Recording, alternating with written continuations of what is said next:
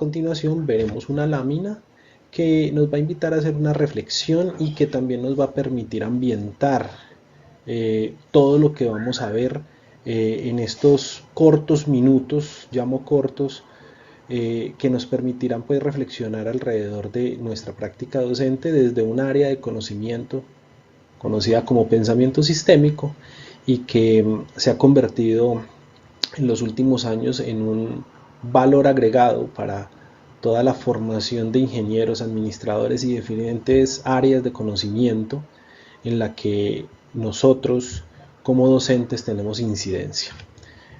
Vamos entonces a ello.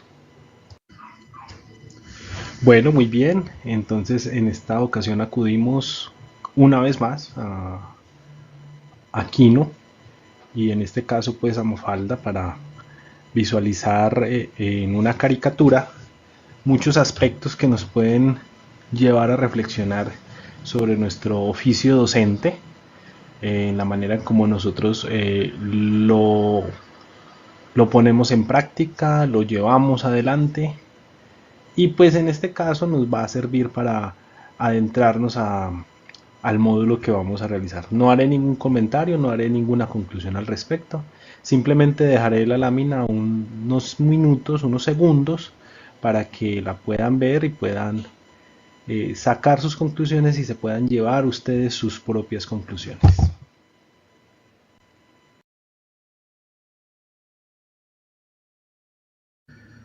Muy bien, entonces el propósito de aprendizaje de este segundo módulo es describir a través de la estructura cíclica de bucles las relaciones de causa y efecto para el análisis sistémico en funciones de docencia, investigación, proyección social y todo aquello relacionado con el proceso de enseñanza, especialmente en la educación superior. La agenda que tendremos entonces en este momento será identificación de relaciones de causa y efecto en el proceso de enseñanza-aprendizaje, la exploración de la estructura cíclica de bucles en sistemas educativos, este es el segundo punto, la segunda parada en este módulo. Tendremos un tercer espacio donde haremos una exploración de arquetipos sistémicos en contextos educativos y finalizaremos con el análisis de problemas educativos mediante diagramas de bucles y arquetipos. Nos vamos entonces a ir a la primera parte de este módulo, que es la identificación de relaciones de causa y efecto en el proceso de enseñanza-aprendizaje. Bueno, es importante para poder tener un buen desarrollo o entendimiento dentro de las explicaciones que daremos en este módulo, tener claridad sobre las relaciones causa-efecto, que es esta primera parte que vamos a abordar. Las relaciones causa-efecto las podríamos considerar en dos aspectos o dos grandes ramas, las de orden macro, aquellas que corresponden a situaciones políticas, económicas o sociales, y las de orden micro que corresponden a procesos o que responden a procesos institucionales como tal, ¿sí? Esas relaciones causa-efecto que se originan en la institución y que por tanto tienen dominio pleno de las personas que están participando en este curso, es decir, en general sobre profesores que a través de su ejercicio docente o ejercicio docente administrativo tienen incidencia para poder que estas relaciones causa-efecto se puedan dar dentro de la misma institución, ya sea en el aula de clase, en el desarrollo de una carrera o en la misma institución en actividades extracurriculares, ¿sí? Las de orden macro, pues si bien impactan las de orden micro porque finalmente son las que dan línea u orientación hacia el objetivo de la educación en una región, en una institución, en un país entero, digamos que se salen un poco de la órbita en la que nosotros tenemos dominio, ¿sí? No queriendo decir que o desconocer que los profesores tenemos incidencia sobre políticas públicas, sobre temas económicos, sobre temas sociales, Digamos que estas relaciones causa-efecto requieren de una infraestructura más amplia, eh, conglomerados, clúster, asociaciones, que son las que conforman principalmente esas relaciones causa-efecto como tal. Entonces no hablaremos de estas relaciones, aunque obviamente darán insumo a las relaciones causa-efecto de orden micro, que se verán reflejadas pues en cotidianidades que vemos nosotros en las instituciones. Perfecto, entonces extrayendo nuestras relaciones causa-efecto de interés, en este caso las de orden micro, que corresponden a las institucionales, entonces vamos a cerrar mucho más el círculo sobre el cual vamos a hacer el análisis para que nos facilite un poco traer estas herramientas a la práctica, a la práctica docente, y por eso y con ello pues poder tener un elemento adicional que nos apoye en los procesos de formación, en los procesos de gestión educativa que lideramos siempre en nuestras instituciones. Entonces, en ese orden micro nos vamos a centrar en el mesocurrículo, en el macrocurrículo, en el microcurrículo, esos tres elementos que cuando se intersectan finalmente redundan sobre el proceso formativo. Recordemos que el mesocurrículo hace alusión al proyecto educativo del programa, o bueno, empezando en orden, más bien el macrocurrículo eh, viene de la mano de todas aquellas acciones que la institución propone eh, para que, o aquellas acciones, no, esas filosofías, esos valores, esos elementos que dan orientación a la institución y que en su proceso estratégico o en su proceso misional más bien se ven reflejados en su tránsito, en su ejecución del mismo proceso. Para el caso de las instituciones educativas y del mismo proceso de enseñanza-aprendizaje, el, el proyecto educativo institucional se convierte en una línea de construcción para que se abra el ejercicio de la construcción mesocurricular, que corresponde a proyectos educativos de programa, misiones, visiones de programa, perfiles de egreso, que ya en cursos anteriores hemos hablado de él, lo que ya conocemos como resultados de aprendizaje, la gestión académico curricular y finalmente un proceso importante que es la construcción de planes de estudio. Y el microcurrículo que se ve también afectado por este mesocurrículo, ¿sí? Y pues ya aquí nos paramos mucho más en la posición de un docente, en la que se tienen que ejecutar estrategias didácticas, cualificación de los profesores de parte de la institución, ¿cierto? Se tienen que hacer cualificaciones acertadas a los profesores, acertadas en el sentido de que deben responder a esas necesidades que el alumnado requiere.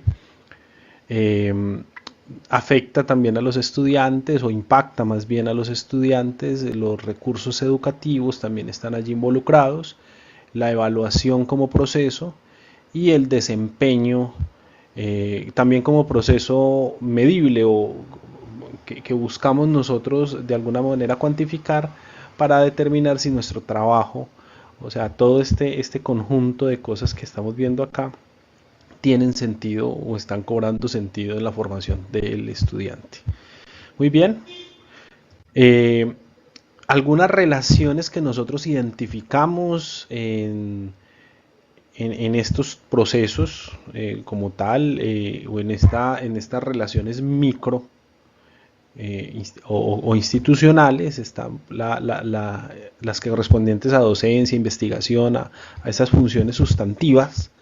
Y podemos hablar entonces, por ejemplo, de aquellas que se relacionan con docencia.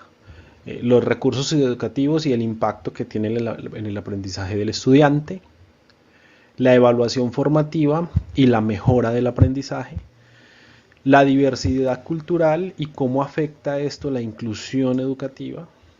En investigación podemos ver presupuestos para investigación y resultados de impacto, proyectos interinstitucionales y fortalecimiento de redes académicas, es una posible relación, formación en investigación y equipo cualificado, desarrollo científico y desarrollo social,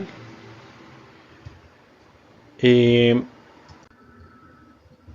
proyección social, en aspectos de proyección social, la participación estudiantil y el compromiso social, participación estudiantil en el aula, por ejemplo, o vinculada a actividades que la misma institución proporciona, los mismos programas, las mismas facultades proporcionan, y el compromiso social que pueden adquirir esos estudiantes al vincularse a esta participación estudiantil, la formación continua y el fortalecimiento de competencias, los proyectos con enfoque social y el impacto social de la institución en ese entorno de actuación, la internacionalización como otro elemento importante dentro de lo que podría considerarse acciones sustantivas o esenciales que debe ejercer la universidad,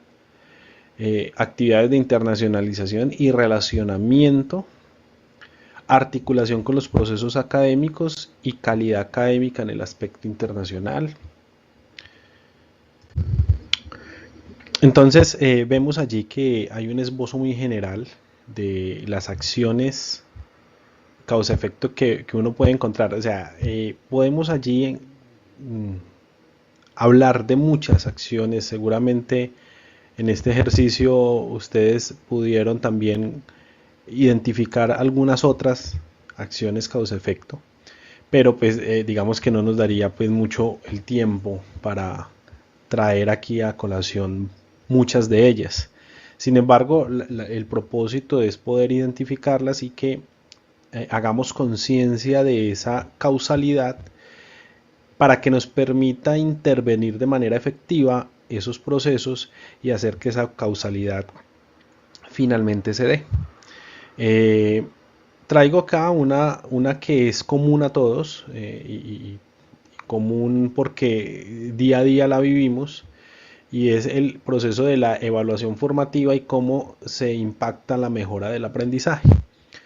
Para hablar de evaluación formativa, pues tenemos que tener claro que es un proceso continuo y sistemático dentro del gran proceso de enseñanza-aprendizaje, en el que se busca de alguna manera en momentos específicos que se dan en el proceso de evaluación.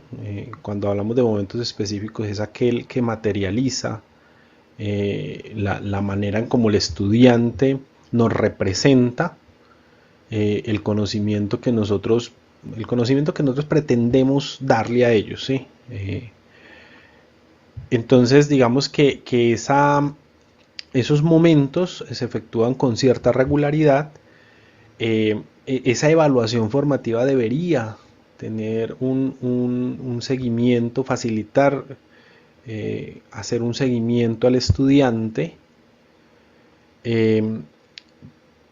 Debería tener un componente de retroalimentación amplio que le permita al estudiante tener claridad sobre cuáles son sus alcances, cuáles han sido aquellos puntos que no ha logrado alcanzar con plenitud y qué necesitaría ese estudiante para que esos puntos que no se han alcanzado con plenitud puedan llegarse a alcanzar, o cómo se pueden ajustar de manera que en una estructura sistémica, con el conocimiento de otros elementos, pueda él construir una competencia futuro dentro del programa, ¿sí? O dentro de su objetivo al finalizar el programa.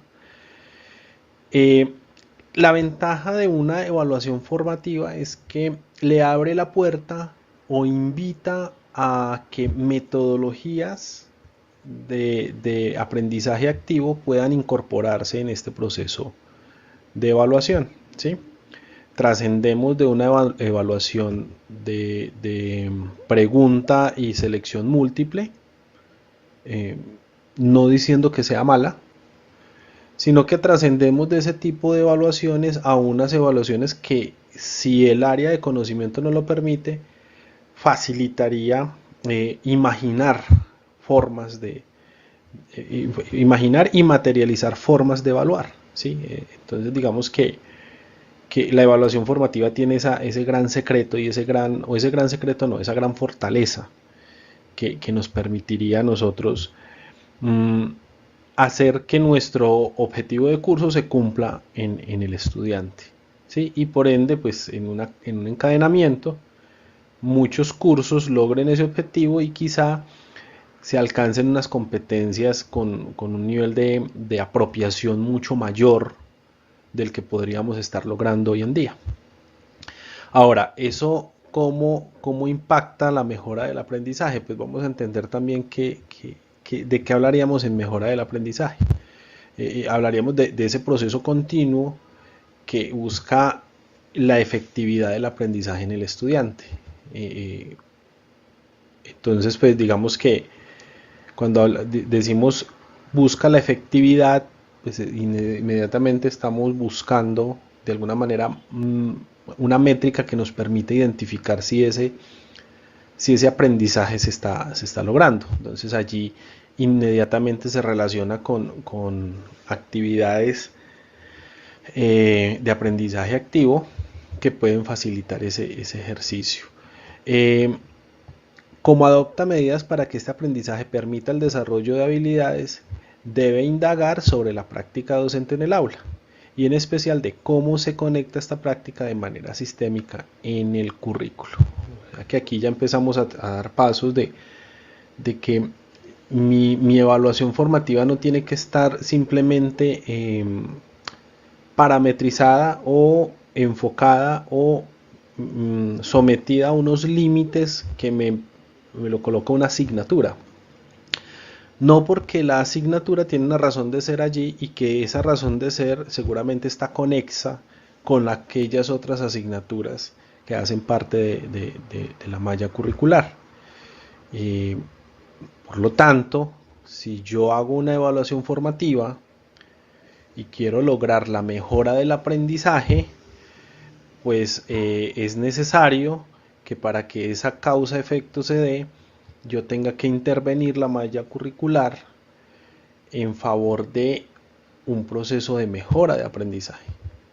O sea, no limitarme a ver mi asignatura como un territorio propio y entender que esa asignatura hace parte de un espacio común de conocimiento y que ese espacio común de conocimiento requiere de un diálogo con mis pares que dictan esa asignatura, hablemos en términos verticales y en términos horizontales para referirnos a la malla, y esa verticalidad y esa horizontalidad requieren de un diálogo entre docentes para que el estudiante logre de forma coherente su progreso en la consecución de esas competencias que nosotros en ese perfil de egreso empezamos a generar o empezamos a diseñar para que se vuelvan en últimas en la promesa de venta al estudiante. Entonces, la evaluación formativa y la mejora del aprendizaje hace parte de un proceso causa-efecto, de una situación causa-efecto que ocurre en nuestro ejercicio docente, ¿sí? En nuestro ejercicio docente, eso es indiscutible, pero que obviamente para que se pueda dar tiene que existir un diálogo entre las partes, ¿cierto? En este caso entre los docentes que facilite que esa evaluación formativa y esa mejora del aprendizaje o eso que queremos con esa mejora del aprendizaje se alcance. Bien, espero que haya pues sido un poco claro aquí en la situación. Fui muy reiterativo porque pues es conocido por todos nosotros que muchas veces en nuestra dinámica diaria, si bien sabemos que nuestro tema aporta a otros elementos, a otras asignaturas, a otros conocimientos que el estudiante está viendo paralelo en el semestre o a futuro, muchas veces caemos en la tentación de simplemente sentirnos islas y hacer nuestro ejercicio docente solo para ese proceso, para esa asignatura. Y empezamos a desconectarnos con lo que viene adelante o con lo que está viendo el estudiante. Digo que todos caemos en esto, y esto hace parte pues de una cultura de formación que hemos tenido, y estamos aprendiendo a navegar en estas nuevas aguas del diálogo con el otro, y las instituciones también se están empezando a, a meter en este proceso de facilitar la comunicación entre asignaturas, entre la malla curricular. Esos diálogos son necesarios para poder que nuestra evaluación impacte la mejora del aprendizaje. Muy bien, obviamente me extendí, pero quería pues como dar mucha mayor claridad, si cabía el momento, para que nos lleváramos pues esta reflexión frente a esta acción de causa-efecto que analizamos aquí. Ahora pasamos a la segunda parte, la exploración de las estructuras cíclicas de bucles en sistemas educativos. Voy a quitar la imagen de cámara por un momento para que no interfiera en estas razones conceptuales que rodean todo este aspecto del pensamiento sistémico. Los principios del enfoque de sistemas pues hablan de los conceptos de sistema, relaciones causa-efecto circulares, retroalimentación, interconectividad. Las herramientas del enfoque de sistemas pues son los diagramas causales y los arquetipos sistémicos. Estos diagramas pues corresponden a lo que vamos a ver a continuación, y los arquetipos sistémicos pues son diagramas ya representativos de situaciones que, independiente del contexto, se comportan de la misma manera. Ya profundizaremos un poco más alrededor de ello. Allí están los propósitos del enfoque de sistemas, y pues tenemos también dos representantes de esta línea de pensamiento: Meadows en 1972, Peter Senge en 1992, incorporaron este tipo de herramientas y empezaron a aplicarlas a procesos ya organizacionales. En especial Peter Senge fue líder en este aspecto, sin desconocer pues que hay otros autores que han intervenido en este tipo de procesos. Bien, entonces retomamos con el video para tener pues algo más de interacción. Bien, entonces hablábamos que en toda esta teoría y en todos estos ideologías, no, estas propuestas de conocimiento en términos del análisis de sistemas, se habla de diagramas causa-efecto. Lo hablábamos en la diapositiva anterior, pero también hablábamos de diagramas causales, ¿sí? Un diagrama causal pues simplemente conecta una situación que nosotros identificamos con otra situación que nosotros identificamos también, y en la cual una influye sobre la otra, ¿sí? Son influencias positivas, negativas. Cuando se habla de positivas, negativas, no estamos hablando de bueno o malo, simplemente que de alguna manera contribuye una en la otra, y esas contribuciones pues pueden generar efectos mmm, deseados o no deseados, ¿sí? Dentro del proceso. Aquí vemos este diagrama causal, que lo consideramos bucle causal porque finalmente al haber identificado cuatro acciones, esas cuatro acciones se cierran, ¿sí? Se cierran y pues entonces se convierte en un bucle. Ejemplos de esto, el mismo diagrama PHVA lo tenemos como ejemplo de esta situación, es un bucle. Miremos en términos muy generales, aquí los ejemplos que yo voy a dar no son concluyentes, son traídos simplemente para poder entender y captar un poco esta manera de interpretar, de poner en, encima de la mesa una situación que queremos nosotros analizar. Entonces no puedo tender a no, o la propuesta que traigo no, puede no coincidir con la forma de pensar de otro, pero simplemente lo hago en términos de una explicación clara para que saquemos el mayor provecho de este tipo de herramientas. Bien, entonces, por ejemplo, la calidad de la educación influye sobre los indicadores de visibilidad, que a su vez influye sobre la atracción de estudiantes, influye sobre la inversión de recursos. Esa inversión de recursos seguramente se reflejará en una mejor apropiación de los estudiantes de sus competencias y por ende una mayor empleabilidad de los graduados, los cuales contribuirán al desarrollo económico, y por ende la reputación de la institución se verá afectada positivamente, ¿cierto? Por lo tanto, en la institución pues se concluye que hay una buena calidad en la educación, ¿sí? O hay educación de calidad.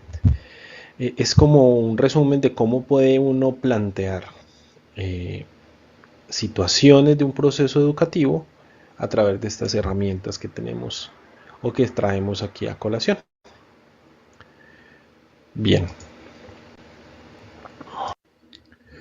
Bien, entonces ya sabemos, diagramas causa-efecto, diagramas causales, bucles causales. Ahora, hay un bucle causal de ciclo reforzante, es decir, donde esas influencias generan agregados en las otras acciones o en las otras en los otros aspectos identificados aquí pues por letras.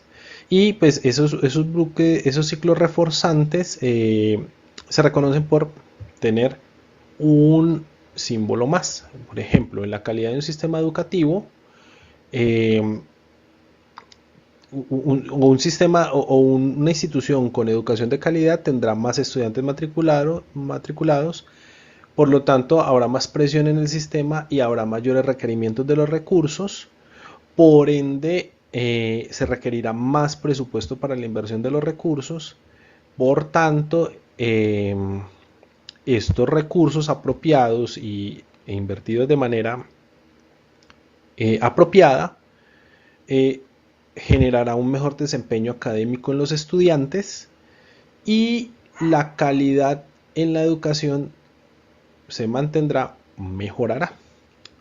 Un ejemplo pues de lo que es un bucle causal, ciclo reforzante. Recuerde que los ejemplos son simplemente traídos para facilitar la comprensión del tema. No significa que esto pues se esté dando en la práctica real sobre algún sistema como tal, o puede que sí se esté dando. El bucle causal de ciclo compensador, pues entonces lo que pasa es que alguna de las influencias genera alguna sí, compensación, en términos de que no hay un crecimiento eterno o una mejora eterna, sino de que hay moduladores, mejor, ¿sí? Hay acciones que modulan el proceso, y por ende ese diagrama causal que nosotros hacemos cuando representamos la acción, pues se ve modulada por una situación externa, eh, podría ser por una situación externa que no permite pues en que entonces haya un crecimiento desmesurado del proceso. Estos bucles o estos ciclos compensadores ya nos ponen a nosotros un poco de plano en el hecho de que esto está más ceñido a la realidad.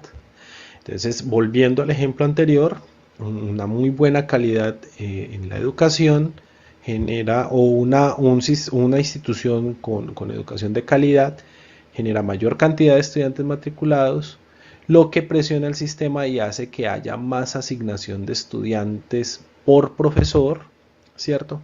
Pero aparece una acción o una situación externa que es un número limitado de profesores, ¿sí?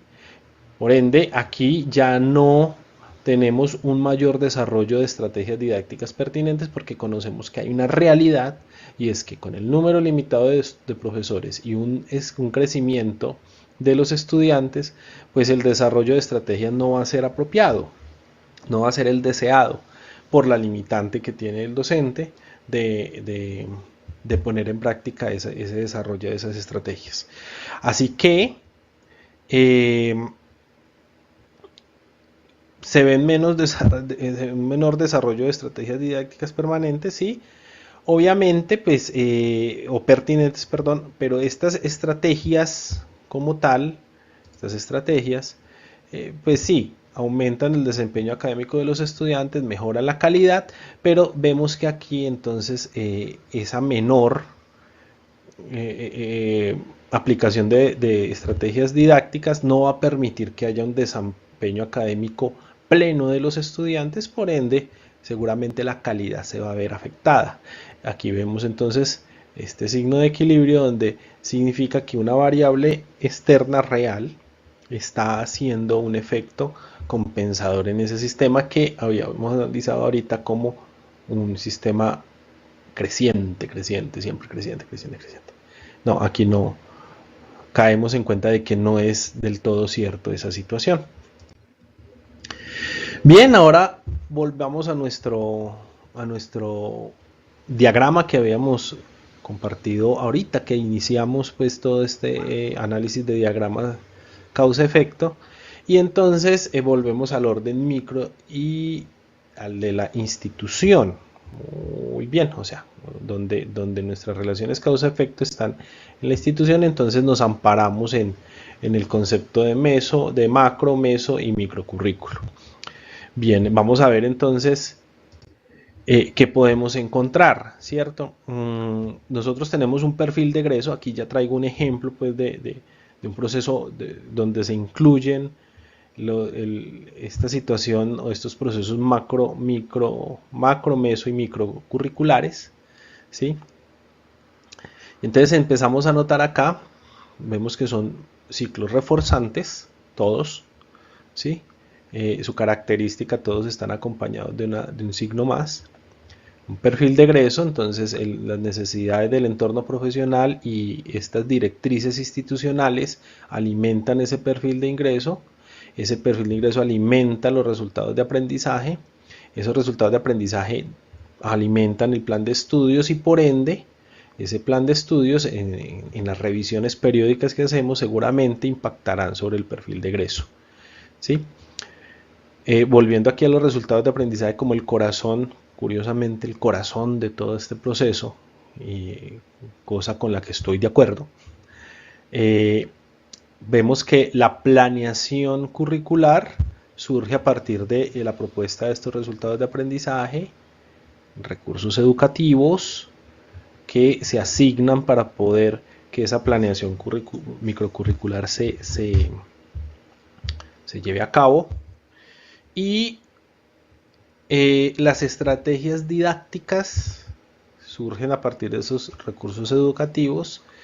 Esas estrategias didácticas nos inspiran estrategias de evaluación, mejora el desempeño de los estudiantes, mejora el aprendizaje de los estudiantes, y esa mejora del aprendizaje de los estudiantes nos permite impactar los resultados de aprendizaje. Aquí también se deriva otro ciclo reforzante, podríamos verlo en esta parte, cuando los resultados de aprendizaje también influyen sobre la estrategia de evaluación. Aquí pues como un análisis general de lo que inicia con el perfil de egreso desde lo macrocurricular y cómo nos va permeando a nosotros en nuestro oficio diario en nuestras instituciones universitarias. Bien, ya entonces conocemos la relación de causalidad, identificamos algunos aspectos de esa relación de causalidad,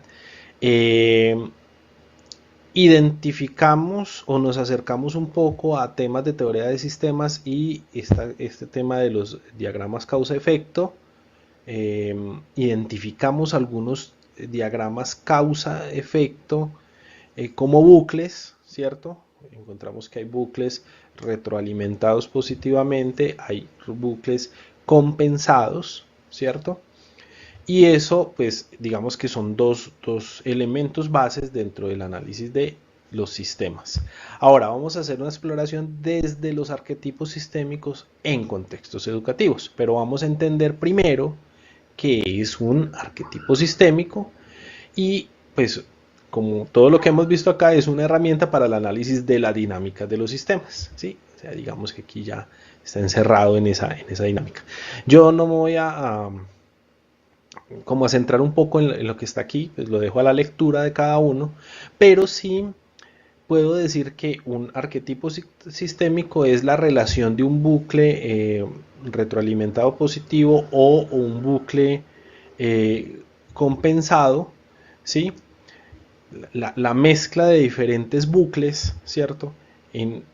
Que se identifican que se comportan de la misma manera. Eso es básicamente un arquetipo sistémico. Son bucles, ¿sí? Pero estos bucles, esta combinación de diferentes bucles, cuando se llevan a diferentes sistemas, se nota que se comportan de la misma manera. Entonces, los autores que citamos hace un rato lograron identificar que esas causalidades y esas compensaciones siempre se iban dando de la misma forma, independiente de donde se hicieran el análisis, y encontraron pues diagramas causa-efectos similares para este tipo de situaciones y definieron que eran fenómenos que se repetían en la naturaleza de la misma forma. Y por eso su nombre de arquetipo sistémico, porque se convirtió casi que en un código canónico para el análisis de la dinámica de los sistemas. Bueno, entonces en esta idea de arquetipos sistémicos, los autores siempre han encontrado, han encontrado algunos de aquellos arquetipos. Miremos entonces rápidamente tres de ellos. Está el desplazamiento de la carga. Esta combinación de bucles es común en muchos de los sistemas y entonces permite que uno detecte un síntoma. Generalmente cuando hay una situación de estas, uno detecta el síntoma del problema e inmediatamente toma una acción compensante para evitar que ese síntoma se siga viendo. Pero resulta que posiblemente estemos ciegos ante una causa fundamental. Atacamos un síntoma confundiéndolo como una causa y resulta que es una causa parcial y no una causa fundamental. Esto lo vemos muy detallado acá en esta parte. Tomamos la solución, efectivamente el síntoma disminuye, pero resulta que esa situación nos genera un efecto lateral que posteriormente y en el largo plazo no nos permite ver la solución fundamental, ¿cierto? Caemos en esos bucles, ¿cierto? Y seguimos viendo un sistema con un problema donde se nota el síntoma del problema y no encontramos una salida porque seguimos tomando soluciones que no impactan directamente la solución fundamental o que no nos entregan acciones que den una solución fundamental Cuando se logra identificar la solución fundamental, pues obviamente se aplica esa solución. Pasado un tiempo, encontramos que el síntoma del problema disminuye. Ese es el desplazamiento de la carga y es un arquetipo común en muchas de las del análisis de la dinámica de sistemas que estamos llevando a cabo. Bien, aparece también entonces el arquetipo sistémico de límites de crecimiento. Una condición genera una acción compensante por un lado para que esa condición se vea regulada y una acción creciente por otro para que esa condición pues se vea aumentada, pues por decirlo de alguna manera. Aquí, por ejemplo, tomamos el ejemplo de la educación de calidad en una institución. Eso significa que habrán más estudiantes matriculados, por ende encontraríamos mayor eh, calidad en la educación en esta institución. Pero por otro lado, tener esa educación de calidad significa una asignación de recursos y sabemos que los recursos son limitados. Por ende, esa limitación en los recursos, esa limitante de asignación de recursos puede ir en contra de la calidad de ese mismo programa o institución, calidad educativa. Entonces allí hay un límite del crecimiento. Naturalmente, muchas cosas en la vida suceden de esta manera y ocurren de esta forma. Bueno, y por último, entonces vamos a ver la escalada como otro de los arquetipos, ¿sí? Dos sistemas se comparan y cada uno, pues, en la condición que se evalúa, siempre se ve ganancia. Es benchmarking, son ejemplos parecidos a esto. Simplemente la comparación del resultado de A con B es el objetivo, ¿cierto? Pueden haber indicadores de comparación y las acciones que se reflejan en uno pues se reflejan en el otro y por ende se ve recompensado el proceso. En este caso vamos a tomar el éxito pues, de las instituciones universitarias para alcanzar una mayor cobertura en cuanto a matrículas. Se implementan estrategias para incrementar las matrículas de los estudiantes. Hay mayores estudiantes o mayor cantidad de estudiantes matriculados en esa institución. Por ende, aquí se toca en otra institución, toman estrategias similares, aumentan los estudiantes y pues hay una comparación retroalimentada positivamente para las dos instituciones universitarias. Nuevamente, ejemplos muy básicos, pero que los traigo para poder tener claridad sobre esta temática.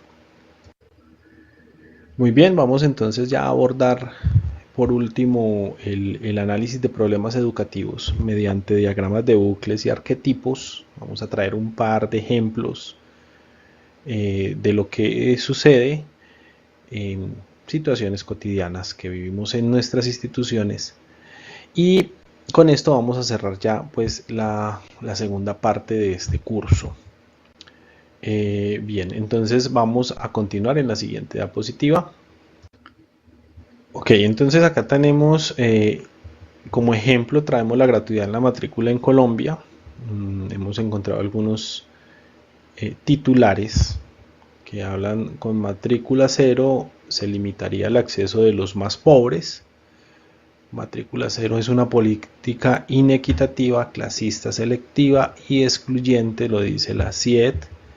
Entonces, a primera vista, pues uno diría, bueno, pero ¿qué de malo puede tener acceder gratuitamente a la educación? Yo como profesor, cuando era estudiante, quise poder tener esa oportunidad, no se dieron las cosas y después de la lucha constante de un movimiento estudiantil, se ha logrado pues este triunfo histórico para Colombia, ¿cierto? ¿Por qué no la matrícula cero en Colombia no es benéfica. Pues vamos a ver si hacemos un análisis grueso, o mejor, un análisis blando del tema, para que veamos un poco cómo estas herramientas que vimos hoy nos ayudan a hacer este análisis general, pues, de un problema como tal. Aquí tenemos pues la gratuidad en la matrícula en Colombia. Podemos identificar diferentes arquetipos que tenemos de los que vimos ahorita. Es un análisis a través de una serie de bucles, ¿sí?, que en su mezcla se convierten en unos arquetipos como tal, o que se pueden identificar. Bien, entonces tenemos que debemos tener la gratuidad en la matrícula, ¿cierto? Esto pues hará que más estudiantes se matriculen, ¿sí?, que haya un requerimiento de recursos mayor en las instituciones, ¿sí? Pero estos recursos no son limitados, ¿cierto? Pues estos recursos no son limitados y eso genera una tensión en el sistema. Esa tensión en el sistema eh, alimenta el descontento de los estudiantes y de otros actores del sistema, y esto puede derivar en menor cantidad de estudiantes matriculados. Un análisis bastante objetivo de lo que pues ocurre con este tipo de medidas, ¿sí? Ahora, sigamos en el análisis. Ahora, los requerimientos de los recursos, pues implica una solicitud hacia el gobierno para que aquella matrícula pues sea pagada a las instituciones. Esto genera una asignación en el presupuesto, pero generalmente estos procesos con el gobierno nacional tienen unos tiempos que recargan el tema del requerimiento del recurso, y por ende pues este ciclo se va a ver todavía más afectado, ¿sí? Bien, esta tensión del sistema no nos permite ver el análisis particular de las condiciones de cada estudiante, ¿sí?, porque estamos teniendo algunos niveles de deserción. A pesar de tener matrícula cero en las universidades e instituciones públicas, estamos visualizando que hay niveles de deserción altos y que estos niveles de deserción pues pueden afectar el sistema a futuro. Entonces, la atención del sistema no nos permite ver esto, ¿sí? Ahora, todo arranca porque hay una barrera en el acceso a la educación superior en Colombia, y pues nos atrae mucho la idea de que la gratuidad en la matrícula es la solución a este síntoma. Creo que muchos colegas comparten conmigo que esta situación no es del todo cierta, o sea, esta solución no es del todo cierta, y que sí es importante que para mantener esta política de Estado se pueda hacer un análisis de una de las causas fundamentales de por qué la deserción se puede aumentar, y pues por ende se pueda convertir en una barrera nuevamente de acceso a la educación superior. Entonces digamos que aquí traemos un análisis muy superficial de la situación, pero que nos permite aterrizar un poco estas herramientas para el análisis de la dinámica de sistemas. El impacto de los tiempos para actividades de investigación. En aras del tiempo voy a dejar un momento la lámina aquí. No voy a hacer el análisis completo, pero sí sabemos que los tiempos para las actividades de investigación son un poco restrictos frente a lo que es el ideal de la investigación, ¿cierto? Mientras que ustedes ven la lámina, también podemos tener claro que no solamente los tiempos, sino los tipos de contratación que se tienen en las instituciones universitarias para los docentes puede afectar precisamente los tiempos para actividades de investigación. La formulación de un proyecto puede incluir cierta cantidad de tiempo en el cual se debe incluir el tiempo en que muchas veces los profesores no están contratados por la institución en ese momento. ¿Sí? O sea, son una cantidad de situaciones que son importantes de analizar y tener en cuenta. ¿Sí? Eh, entonces, digamos que el ejercicio del análisis con estas herramientas nos permite, pues, de una manera gráfica y amable, entender eh, y proponer soluciones a actividades propias de nuestro quehacer. Espero pues que con la lámina allí ya puedan ustedes hacer un análisis o comprender un poco el análisis que se visualiza en esta lámina. Y vamos a hacer unas reflexiones finales. Identificar interconexiones entre subsistemas y entre sistemas requiere desarrollar una habilidad de observación sistémica. Muy importante tener una visual general del sistema que nos permita a nosotros hacer unas conexiones entre las variables. No es fácil, no es fácil llegar a este tipo de conclusiones, de análisis, al detalle. Siempre hará falta más. Vimos en las diapositivas hace un rato pues que yo planteo un análisis, pero que muchos de ustedes podrán haber encontrado otros análisis más profundos y otras variables que pueden intercalarse allí. Que sí es muy importante acotar la situación. Por eso cuando estamos iniciando este módulo, íbamos acotando, ¿cierto? O sea, las relaciones causa-efecto las acotamos a las institucionales, lo institucional lo acotamos a los procesos misionales y específicamente aquellos que tienen que ver con lo macro, meso y microcurricular, porque la acotación nos permite ir abordando el problema de una manera escalonada y sistemática. No abordarlo de esa manera no nos permitiría hacer un análisis concentrado de una situación en particular, ¿sí? Ejemplo de ello es que estaríamos divagando sobre las variables que siempre entran a afectar un problema, entonces terminaríamos culpando al Big Bang por la situación que está ocurriendo hoy en día.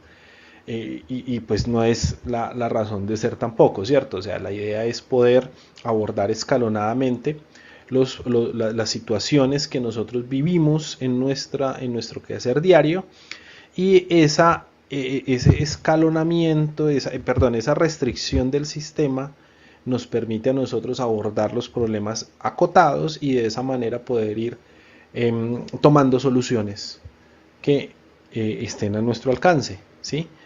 Y de todos modos ir previendo que hay macrosistemas que aportan a esta situación y que seguramente pueden generar alertas a esos macrosistemas para que también tomando ellos, allá haciendo su análisis, tomando unas decisiones que solucionen esa particularidad, pueden aportar a nuestro sistema. Por ejemplo, cuando llegan las recomendaciones del CNA, hay acciones de mejoramiento que nosotros podemos tomar como propias, de las que en los programas el director del programa tiene la capacidad y autonomía de destinar un recurso para que esa acción se cumpla, pero también hay acciones que están en el resorte de ese director, de los profesores, y pues depende pues de las directivas institucionales. Entonces, pues es un ejemplo de cómo nosotros acotando el sistema nos permitimos poder hacer un análisis mejor de las problemáticas y dimensionar hasta qué punto nosotros tenemos alcance o no para plantear soluciones que sean efectivas en el resultado que queremos. La importancia de considerar las demoras en los procesos, tanto en el corto como en el largo plazo. bien importante esta situación. Somos una sociedad inmediatista, somos una sociedad que el resultado tiene que ser ya, ahora, y se tiene que alcanzar en este momento.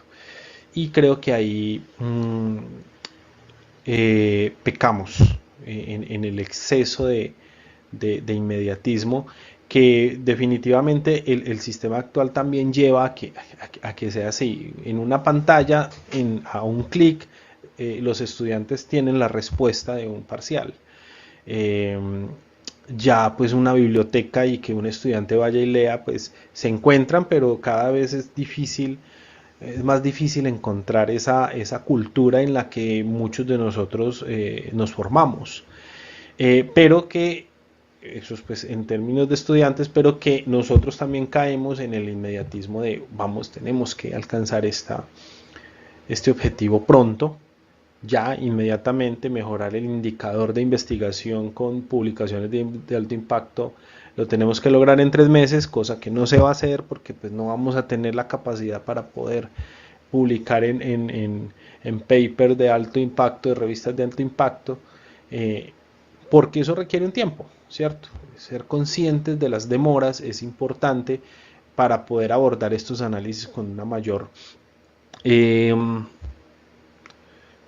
sinceridad, que nos permita asignar el recurso de manera apropiada.